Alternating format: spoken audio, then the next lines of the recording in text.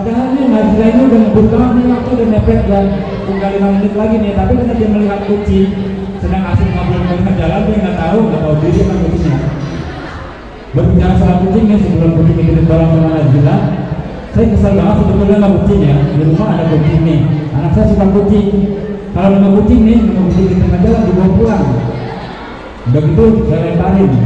Saya nggak suka, karena saya nggak suka sama kucing. Diambil lagi sama anak saya, dimpanin. Dia lapar, dimpanin. Dia haus, diminumin. Kadang-kadang dibeliin susu. Dibeliin susu.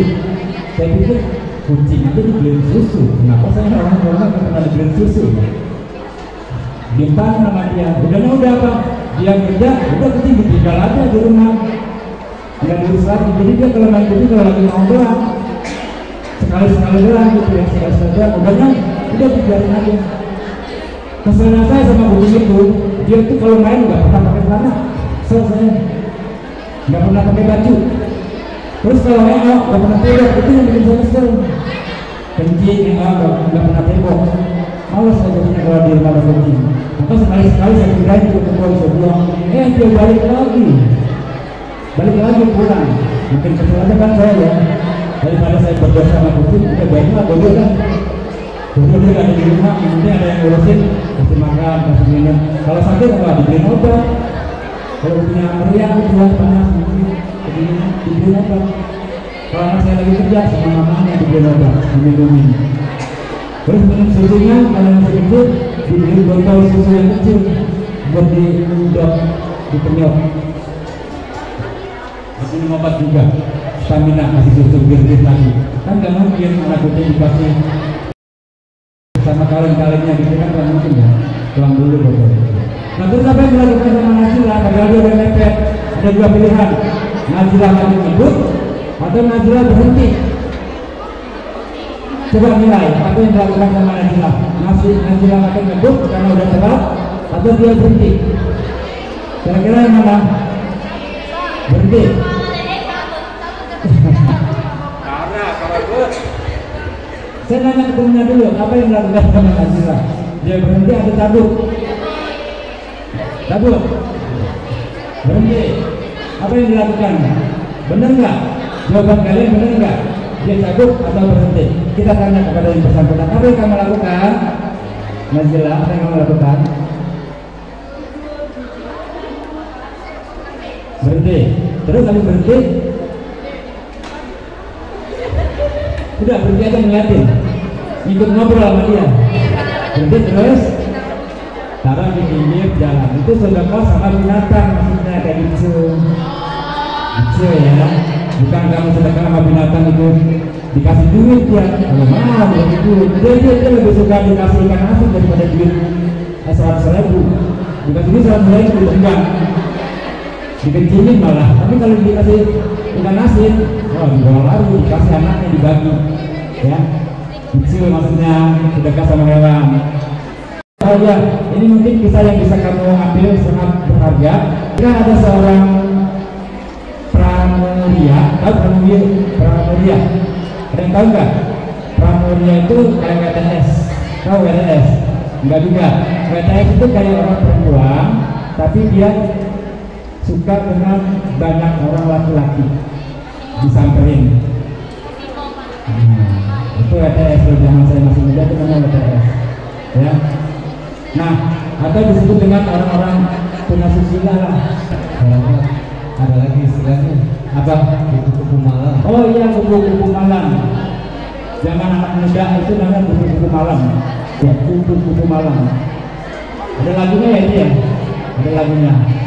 Ya, betul katanya. Nah, suatu saat dia pulang dari kerjaannya itu sangat lelah, kayaknya dia kecapean. Subuh-subuh atau nggak tahu waktunya, subuh-subuh mungkin dia melihat anjing itu kehausan di tengah jalan. Nah, kejadiannya, halo, mau tahu kisahnya anjing yang bisa masukin orang ke surga nggak? Mau tahu kisahnya anjing yang bikin orang masuk surga? Mau, dengarkan, buka matanya. Kuping, buka kupingnya.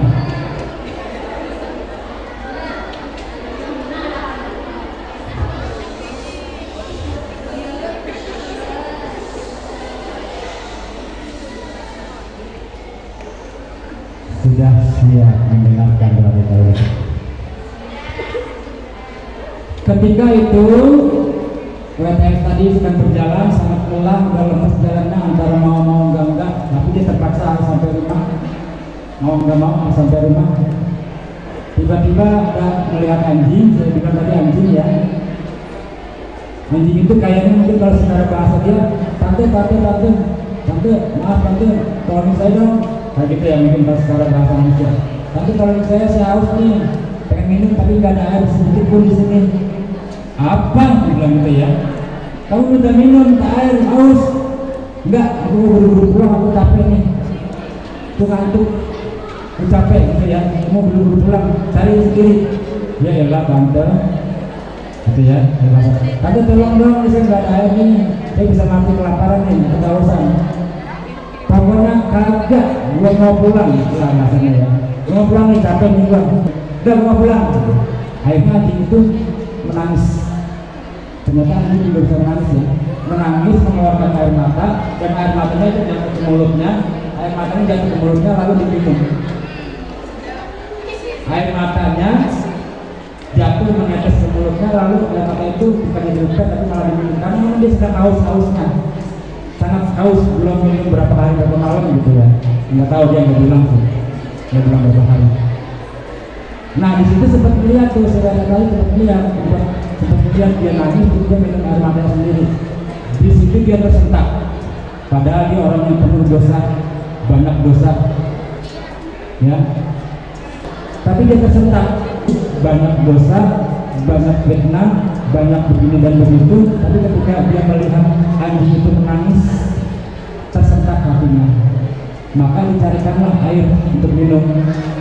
Sangat sulit ya di Arab tahu sendiri kan ya, padang pasir ya, untuk mencari air itu nggak mudah di Arab itu, nggak ada keran-keran tinggal putar kayak di kita, jauh itu mana paling di danau atau paling di sumur tempat orang-orang beternak kambing, sumur, bukan keran kayak sekarang kita. Akhirnya dapat air ini diminumkan ke anjing, anjingnya itu akhirnya sudah hilang dahaganya, hausnya dan tenaganya pulih kembali. Lalu dikasih makanan juga sehat, dan tidak lama wanita itu setelah menyelamatkan kambing si kabarnya dia langsung meninggal. Jadi dia tidak bisa melanjutkan kegiatan buruknya, langsung meninggal. Dan sebelum meninggal dia sempat bertaubat, ya, minta ampun, baru dia meninggal. Ulama saat itu berpendapat bahwa wanita tersebut lalu banyak dosa dan seterusnya, tapi dia menyelamatkan seekor anjing yang kehausan dan kelaparan. Katanya dia bisa masuk surga. Subhanallah, maha besar Allah, maha suci Allah. Itu orang ini lah ya, banyak dosa ya. Kalau kita orang yang insya Allah nggak banyak dosa, maka janganlah nambah-nambah dosa. Orang yang ada banyak dosa aja masih mau berbuat baik, masih mau sedekah. Gimana kita yang tidak banyak dosa? Ada sih, bukan nggak ada. Ada dosa tapi nggak banyak. Silakan bersedekah dengan cara-cara yang kita mampu. Paling minim tadi bersedekah itu adalah dengan apa? Paling rendah derajatnya dengan pikiran, seperti yang dilakukan oleh Anissa sama temannya. Ya. Baik, ada lagi nggak? Niat sedekah. Nah ini terakhir banget nih. Niat sedekah itu jangan memandang calon mertua. Kamu main nih ke rumah gebetan kamu pura-pura baik, di situ ada pengemis kamu kasih 10.000, ada pengantin kamu kasih 5.000, ada minta-minta kamu kasih nasi. Padahal kamu beli nasi cuma 2 bungkus buat si AA sama si kamu. Ada teman minta kelaparan kamu kasih 1, tinggal 1 bungkus kan, kalau makan berdua ini hanya kamu yang berdua sepiring berdua. Gitu. Nah terus karena di situ kamu mengharapkan mudah-mudahan Allah tahu calon dokter kalau boleh beramal di sini. Padahal jadi kamu nggak pernah beramal ya. Jangankan sama pengemis, sama adik gua itu nggak pernah ngasih uang. Tapi karena ini di rumah calon mertua, apapun kamu lakukan, asal calon mertua kamu itu melihat kamu lagi berbuat baik. Bukan kayak gitu niatnya, tapi niatnya kayak gini nih ya. Niat sedekah itu, inti dari sedekah adalah niat yang ikhlas karena Allah, bukan karena calon mertua. sedekah harus dilakukan semata-mata untuk mendapatkan ridhonya, bukannya ridho anaknya Roma, tapi ridhonya